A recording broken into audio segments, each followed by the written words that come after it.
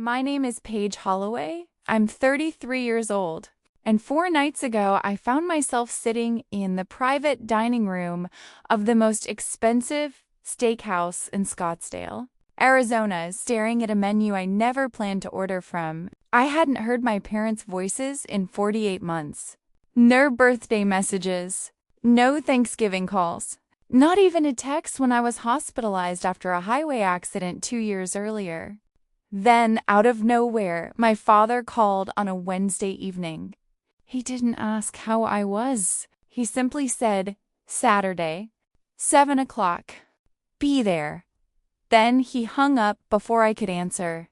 I almost laughed because that's exactly how my father had always spoken, as if people weren't family, just employees waiting for instructions. I still went.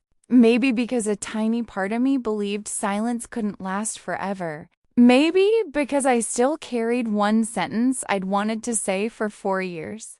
And you can't say goodbye to someone who never opens the door. I arrived 20 minutes early, ordered nothing except sparkling water, and watched the empty chairs around the polished walnut table. Then they all walked in together. My parents, my younger brother Mason and his wife, my Aunt Denise, my Uncle Carl. 8 people, not one hug, not one smile. My mother looked at my blazer and whispered loudly enough for everyone to hear, "She certainly dresses expensive these days." Nobody asked how I'd been. Instead, they opened the menu like children walking into a candy store. Japanese A5 Wagyu imported caviar, golden truffle potatoes, rare whiskey, bottle after bottle of vintage wine. They ordered everything they pointed at, laughing louder with every plate that landed on the table. And the strange part wasn't how much they were spending. The strange part was the way they kept glancing at me, almost as if they already knew exactly who would be paying when the check finally arrived. I barely touched my glass while everyone else treated the table like a celebration they had been planning for months. My father insisted on another platter of Wagyu just to compare the marbling, while my brother Mason joked that nobody should leave hungry if someone else was paying. The words sounded casual, but they hung in the air longer than they should have. Every expensive choice was followed by another quick glance in my direction.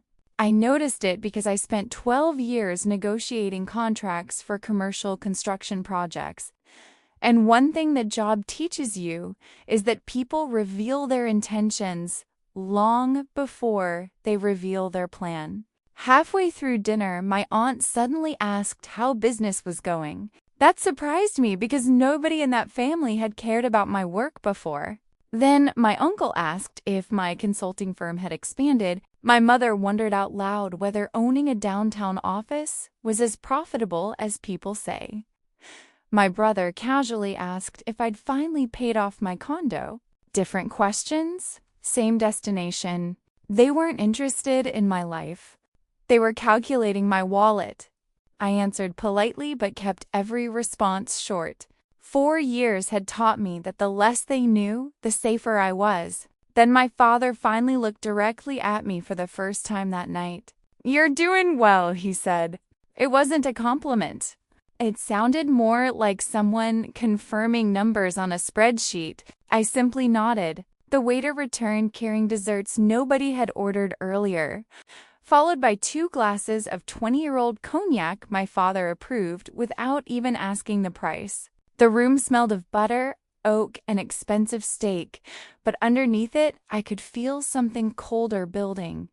Then the leather check folder appeared in the center of the table. Nobody reached for it. The conversation stopped so suddenly that I could hear the air conditioner humming above us. My father slowly opened the folder, studied the total without changing his expression, then pushed it across the polished table until it stopped against my untouched glass of sparkling water. "You owe this family," he said quietly. "Now it's your turn to pay." Nobody moved. My aunt slowly lowered her fork onto her plate without making a sound. My brother suddenly became fascinated with the grain of the wooden table. Even the waiter, standing quietly beside the wall, seemed to realize he had walked into something much bigger than an expensive dinner. I looked down at the receipt. $3,914.82. Every dollar of it belonged to people who had spent the last 4 years pretending I no longer existed. I didn't argue. I didn't ask why. Instead, I looked at my father and asked one simple question.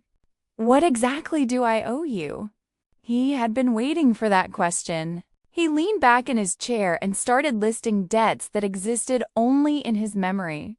The braces I wore in high school, my first used car, the semester I moved back home after college while saving for my first apartment. Every sacrifice, every grocery bill, every birthday gift suddenly had a price attached to it.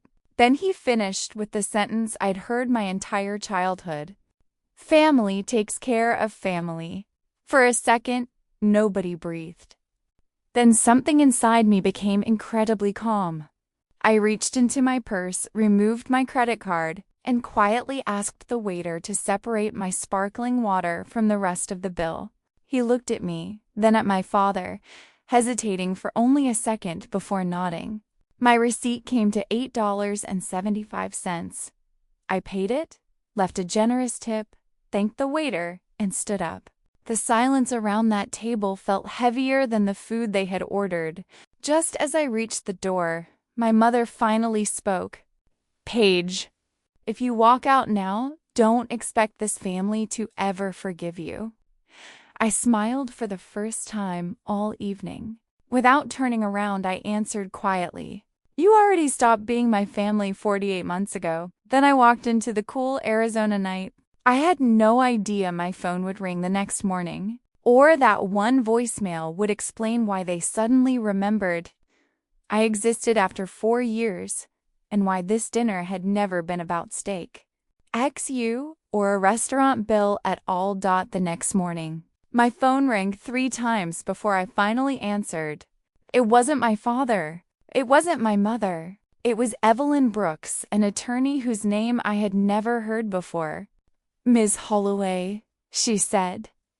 I'm calling because your parents listed you as the personal guarantor on a business loan application. Submitted 6 weeks ago. I almost laughed. I signed nothing. I know, she replied. That's why I'm calling. She explained that the bank had rejected the application after noticing my signature was missing. But my name, income, employer, and financial records had all been included, as though my approval was only a formality. Suddenly, every question at dinner made sense. They hadn't invited me to rebuild our relationship. They wanted to measure whether I was still easy to manipulate before asking me to rescue another failed investment. I thanked her, requested copies of every document, and spent the next 2 hours forwarding everything to my own attorney. 3 weeks later, my parents asked to meet again. This time, I chose the location, a small conference room inside my lawyer's office. When they arrived, my father wore the same confident expression he had worn at the steakhouse.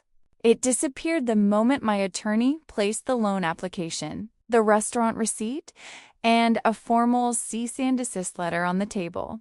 My father finally understood there would be no second chance.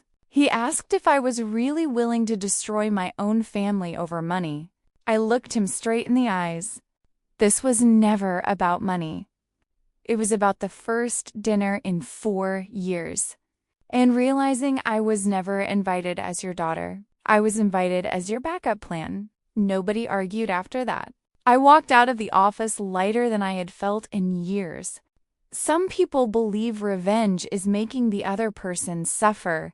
They were wrong. The greatest revenge I ever found was becoming someone my family could no longer use. And for the first time in 48 months, the silence finally belonged to me.